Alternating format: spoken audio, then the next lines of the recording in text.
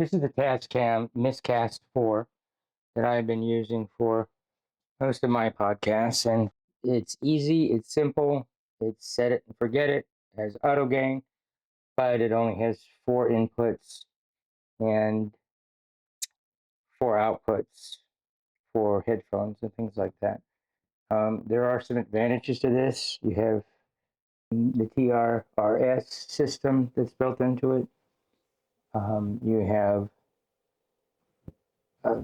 pads to do sound effects, which I'm sure there's another way to do this with the other equipment.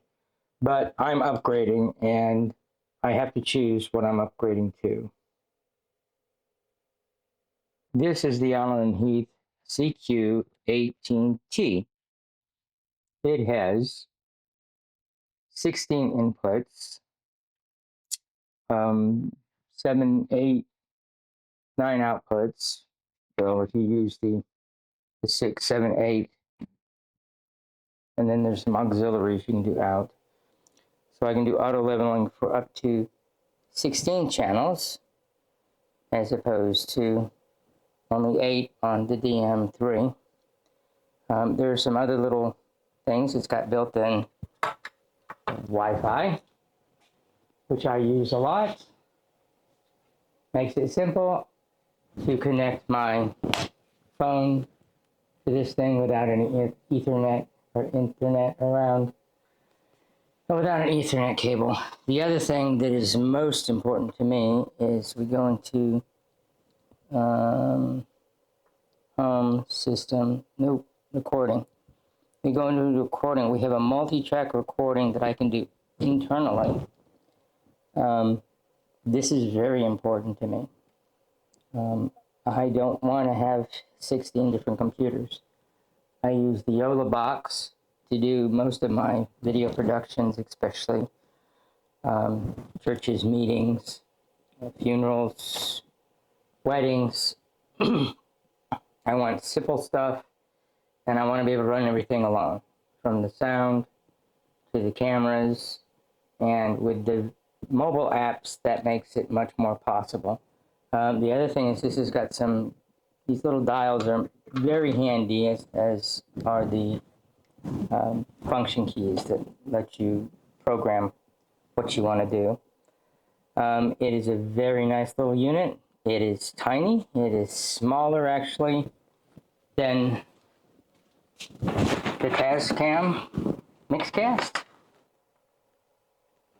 And the other thing that people don't think about,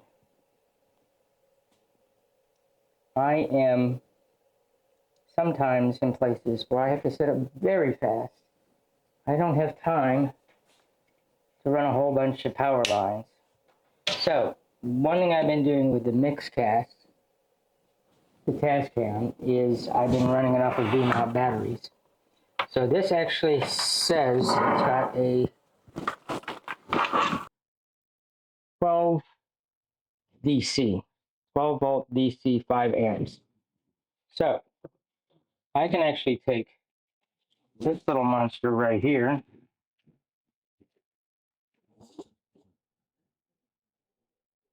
which is a 12 volt regulator, and it goes into a DTAP battery. Now this is actually made for the TASCAM. It's got a locking pin, but it also works on this. So I can take this out in the field without any power, plug in a V-mount battery to it, and I am good to go. Is this charged? Yeah. So I don't know, I haven't run this for more than 2 hours on a V-mount. So we got 16 amps. Let's see what it's drawing. It's drawing 16 amps. So I still have 16.3 amps left in here. So I could probably run this thing for 3 hours. And this is a mini battery. If I wanted to go longer, I could use a bigger battery. If I wanted to go all afternoon, I'm sure I could use something like this. which is huge and will run for a long time. So this is another advantage for a one-man band videographer that's using a mixer to do podcasts, and also there might be an occasion that I have a singer at an event. This doesn't really, the TASCAM doesn't really have reverb or delay. This does. I can do a little bit of EQing. I can do some gate. The TASCAM has it in there, but it's really simplified. It's about my scale. This is still simple. That's why I like it. So, and this is actually running off of V-mount battery. Everything works. There's no system problems. Everything's recognized. We've got even, oh, I thought that was voltage. It's not voltage. But everything's working fine. And we're not going to damage it because we've got this regulator here, and we're regulating, even though this has got 16 amps going through it. This is only letting volts going through it. This is only letting 12 volts go into this because it's a regulator within the line. So this will run quite a long time. I know the next question is going to be if you're doing multi-track recording and you actually lose your recording, or the power goes out, and doesn't your recording get corrupted? And there is a link to another video that I watched that will help you with that. All right, so this is the DM3. This is the Yamaha. This thing is gorgeous. It is also much more than I could possibly need.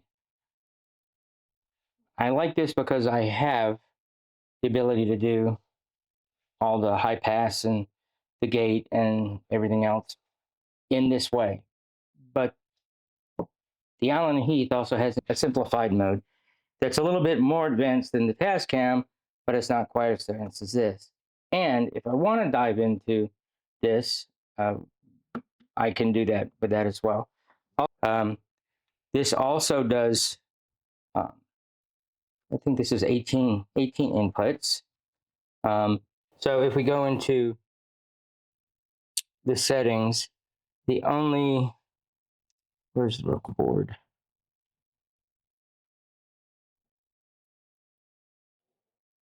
Here's the record. So if I go into the record, I've got one option for recording on this one internally. I can only do the mix, the left and right stereo mix. I can do it in 24-bit 96, or I have higher bit rates on it. So anyway, this is a fantastic unit. The big reason that this is not for my purposes for web presentations and things like that is the internal recording, which I showed a minute ago. It only does the left and right. The only way you can do multi-track is if you lug another computer around. And the whole idea of doing everything as a one-man band is not lugging a computer around. The other problem is if I want to take this and not run mains power, I have to bring this thing. Is a battery backup, which is dead. Oh, there it goes. 100% charged.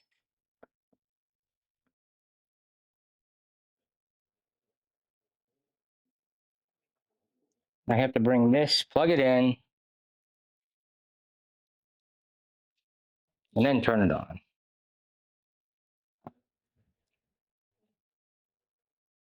This thing is huge. This is the DJI battery, and it weighs a lot. So that's another reason why the CQ-18T is better if you're a one-man band